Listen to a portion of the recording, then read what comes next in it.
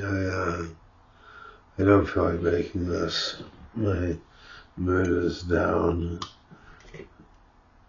Every now and then I just kind of numb out and go away for a few days.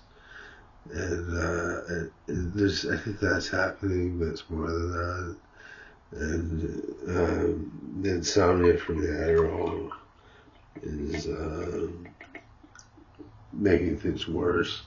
And also part of it's situational.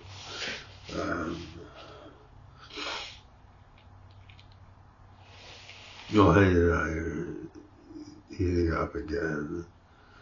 I don't know why. I just know that happened.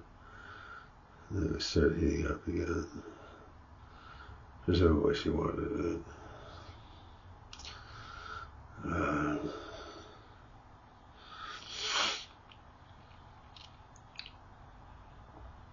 About 4 days before it happened, I saw her outside the front door,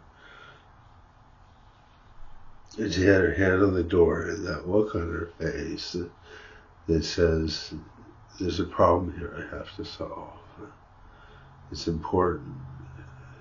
I said before, everything I want or need can be set aside right now. I have to deal with this. I don't know what that problem was.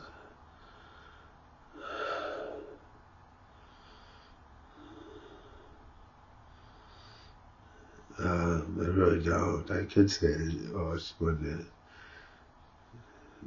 my interest or attention again, but I don't think it's that simple.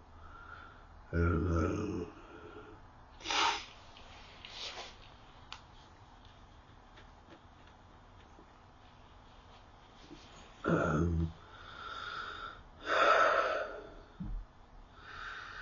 So today, for the first time in 3 days, because it was happening yesterday, the day before, that's it. Things are heating up again. I really started thinking about everything she'd done. It was cruel. And she was smoking crack and she was off it.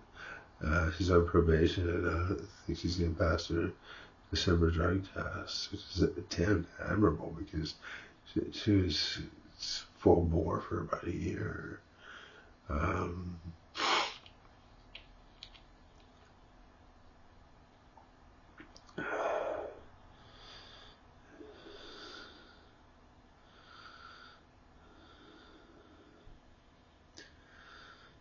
Maybe more.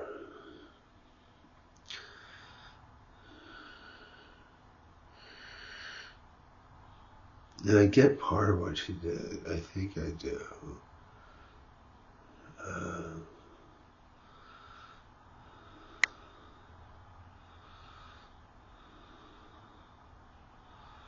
Not all of it. Maybe I do. I don't know.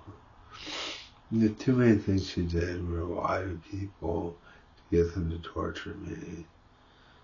And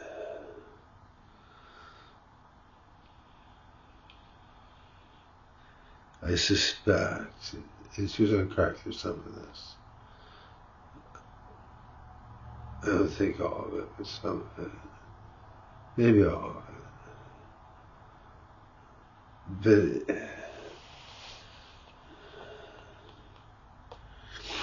it reminds me of, I want to believe it is I remember being 21 or so and having a crush on a girl for like a year, a horrible crush, and then doing something nasty, thinking, well, she'll never forget that. And I wonder what's happened. I don't.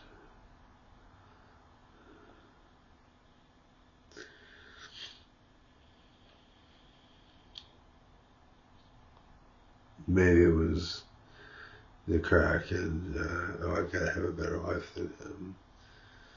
It makes more sense, frankly.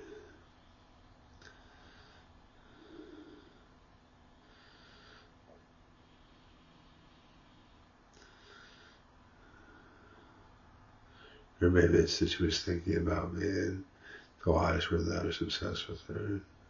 Because and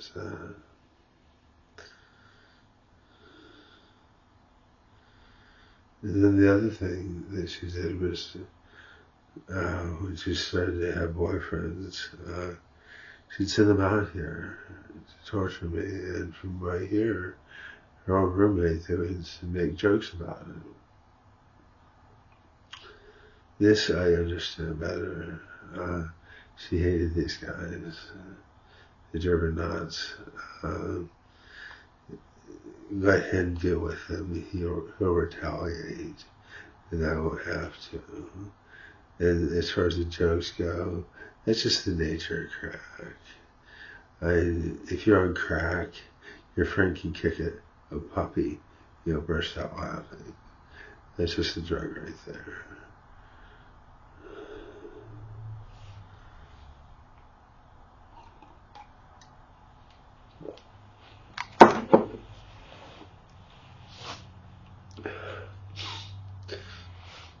So,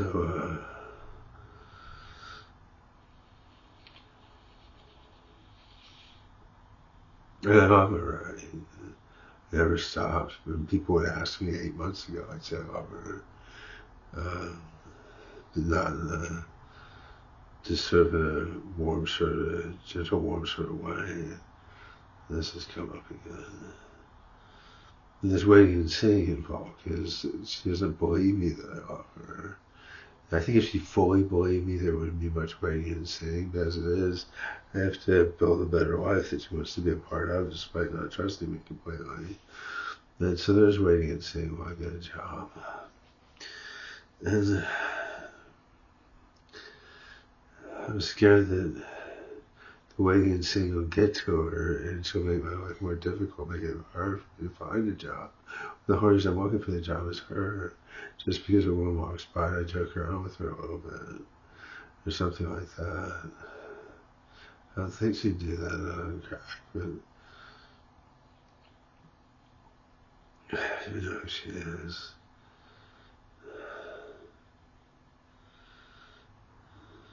I knew, but I forgot. The only thing I know is that I know how to make her feel cared for. Like, it's like running my hand through my hair doing it. It's so natural, so intuitive. And that's the only way I understand her. I can predict what will annoy her in a way that I find amusing. I can predict that as well, but that's probably about it.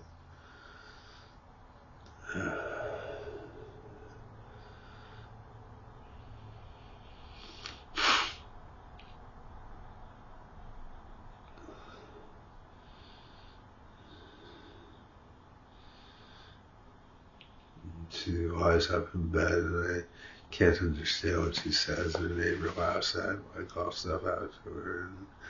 And, I just know she's up there making decisions that she has no reason to believe from history that she can hold to.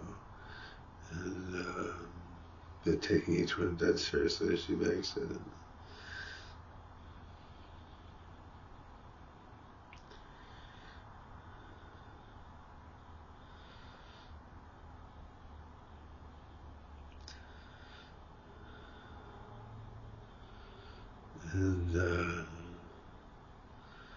And they've just started to sleep again the last 2 nights after 11 days of averaging 5 hours a night. 2-3 more days of sleep, and the tug to forgive her will probably basically win over.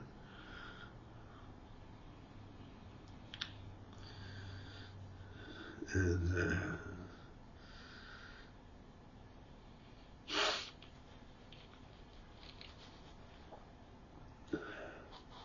I know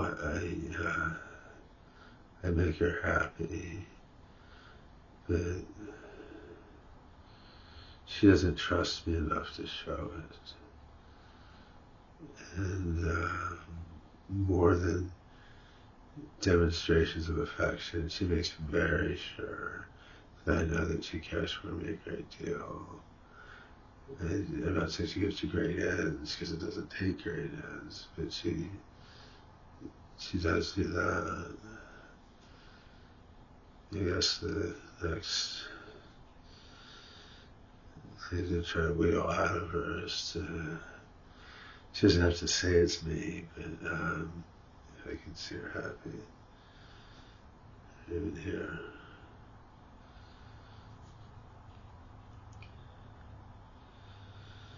Anyway.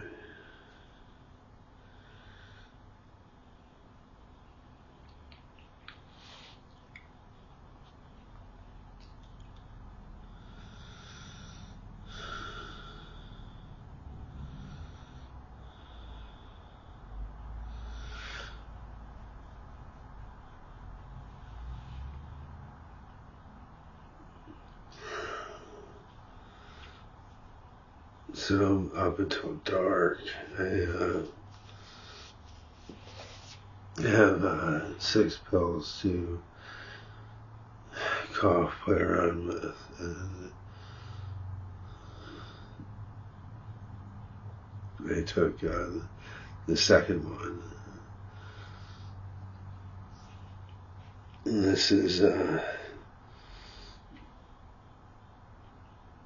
13 days into a 27-day bottle, so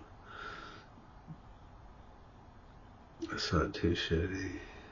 If I run out one day early, then it's 2 more pills to play around with, and that's certainly enough to do 1 day early, and that way I avoid the insomnia, the next bottle, which is still a problem.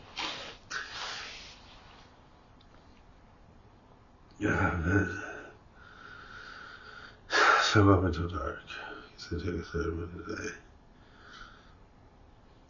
And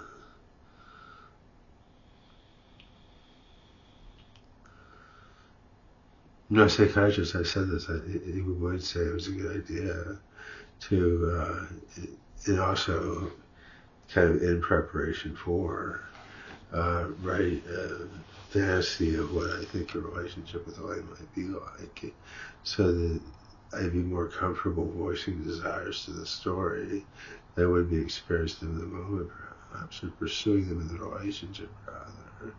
I mean, sex, but certain dynamics would have you. And I shy away from most. I already explored them in emotional writing about them. So, and really don't read it and make her happy. Hopefully, it will. She won't recognize herself as the Elaine character because I'd be astonished if she did.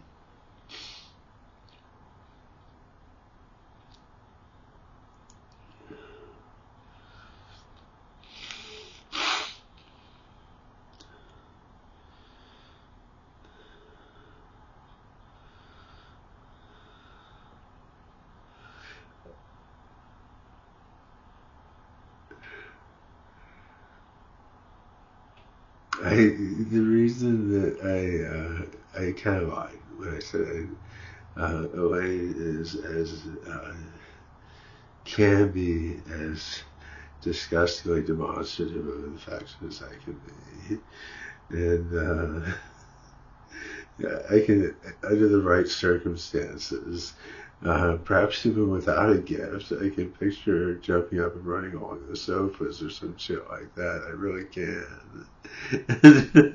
I don't want to put that in the story because it embarrasses her. But if I have myself do so much stuff, I guess it's okay. God.